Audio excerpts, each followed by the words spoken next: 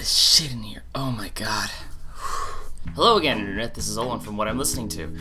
I am back, and I'm actually recording this vlog using my dad's MacBook because my laptop is currently broken, but that has not stopped me from making these vlogs. So in the meantime, until I get a proper PC to edit, I can still film and record audio, so here I am. I don't know when this vlog's gonna come out, but we will find out. In the meantime, I have plentiful music to show you, and some good ones and some things that people might judge me for getting, but we'll cross that bridge when we get to it, so let's get going here. The first album I have here is SleaterKinney's very first record. I have talked a lot about SleaterKinney in my past vlogs. They're a band that I've been quickly enjoying more and more that I've heard of theirs. The reason I got this album is because of the last song on this album called The Last Song. While at Rasputin in Berkeley, they played that song, and there was something about it that just sounded super cool and angsty, had this really evil kind of sound and this awesome scream. And so when I Shazammed it, I was surprised to find that it was SleaterKinney, and it sounded nothing like the stuff I had heard. As I listened to this, I found that it is a much more punk rocky album than any of the other stuff I've heard. Their later stuff, they get a little bit more melodic and a little less aggressive, still retaining some elements, but for the most part, they're not as aggressive as this stuff here. It's a fantastic record. I'm actually super glad I got this and was able to expose myself to some of their older work. And at this point, I may as well just start collecting the rest of their albums and build up all of their discography. But until then, I'm going to continue to enjoy listening to this one. I found it and know how to scream.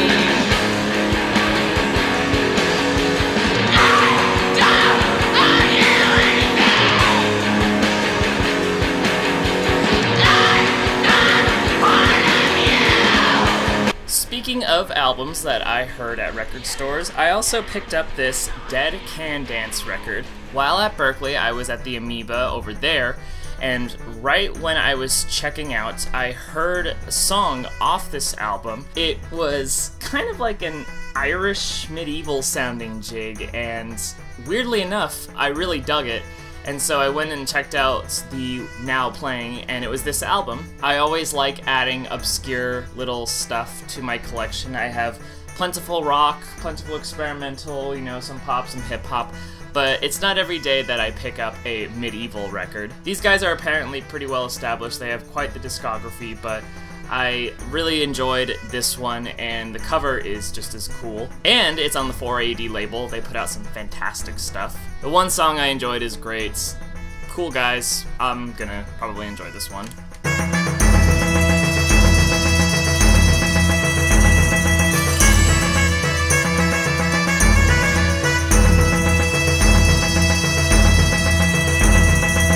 Next up I have here is a Mudhoney record. I have a couple of their albums. I think the two that I have are considered some of their best. I picked this one up because it apparently was more on the bluesy side of things. They've always tended to incorporate some blues elements to their music, but this record in particular is more bluesy than the rest of theirs. I also could not find this album anywhere, and for whatever reason, Amoeba Berkeley had a promotional copy that was super cheap. Otherwise, I couldn't find it anywhere else, so hence why I snagged it. I love this band. They are early predecessors of grunge, and some people argue that they are an early pioneer of grunge. Before Nirvana was even in the scene, these guys kind of started it all.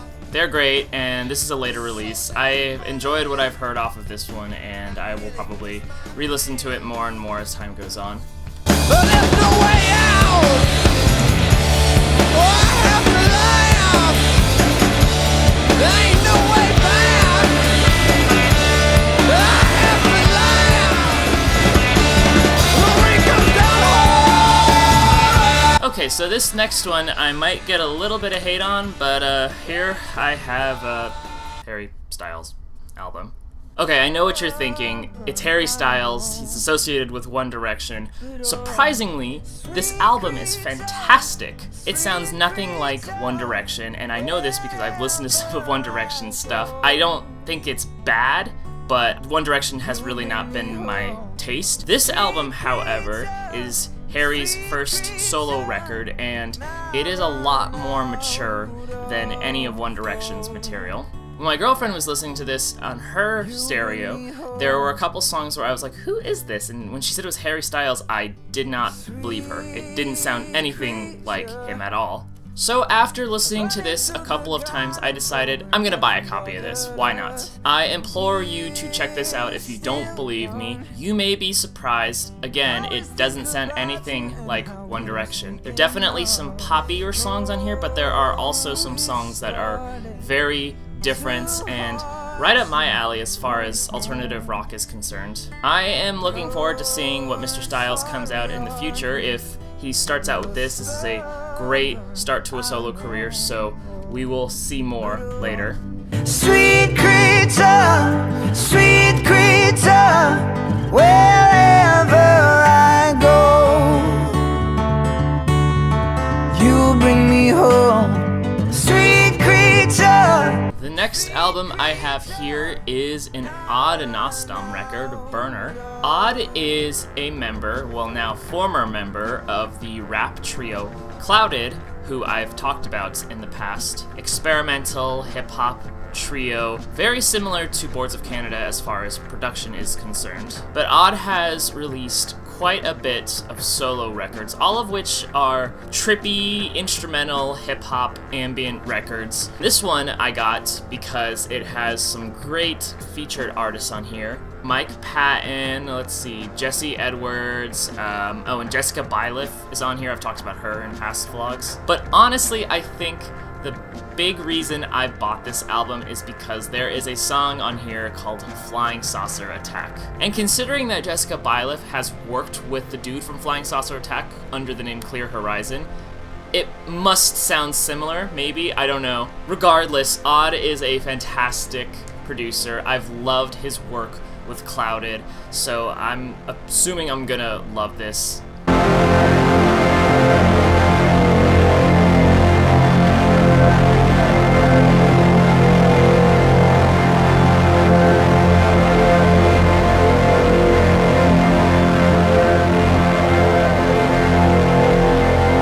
Next album I have here, classic in the metal world. This is Slayer's Rain and Blood. I bought this album mostly because of how cheap it was on Amazon. I believe it was only $5, and it was the last day until my Amazon Prime expired. I saw this and realized, wow, I don't have this in my collection. I may as well just get it.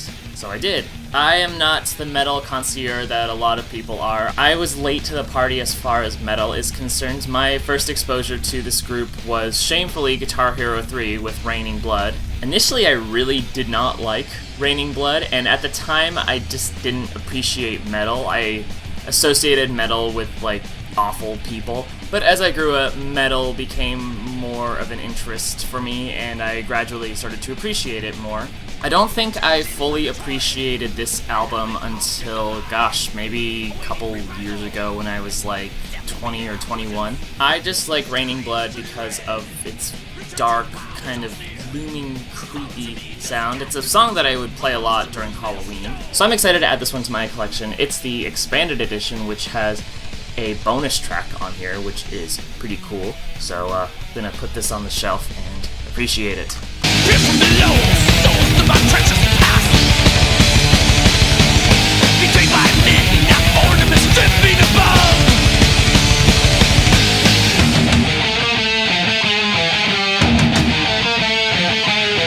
Okay, the last album I have here, probably gonna get some hate for this one too. This is The Weeknd. Whoa! Let's try that again. This is The Weeknd's Kissland. There was a time when I hated this guy and his work, and to some extent, I still don't really like some of this guy's work. However, his productions are so good, and his lyrics are so bad.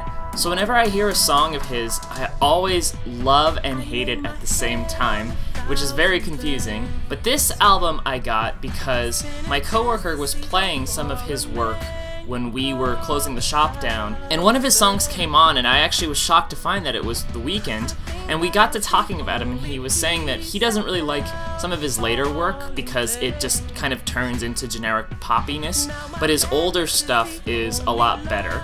And because I was listening to a lot of Frank Ocean and was looking for some more kind of trippy sounding R&B, this was right up my alley. I listened to it once through before I bought it, and I surprisingly enjoyed it. And now that I have a copy of it, I'm going to be listening to it even more, and we'll see, maybe I'll buy his trilogy album, which is his first 3 mixtapes all combined into one album. But until then, I will be listening to this one closely. Now I'll never see your face, but it's okay, I adapt it anyway. Adapted to these models, who's adapted to the model? Okay, internet, that does it for me. Hey, if you have any albums or artists or bands that you want me to check out, leave a comment down below, I'll check them out, and if I like it, maybe I'll feature it in a vlog. But until then, this is Olin from What I'm Listening To signing out. Goodbye.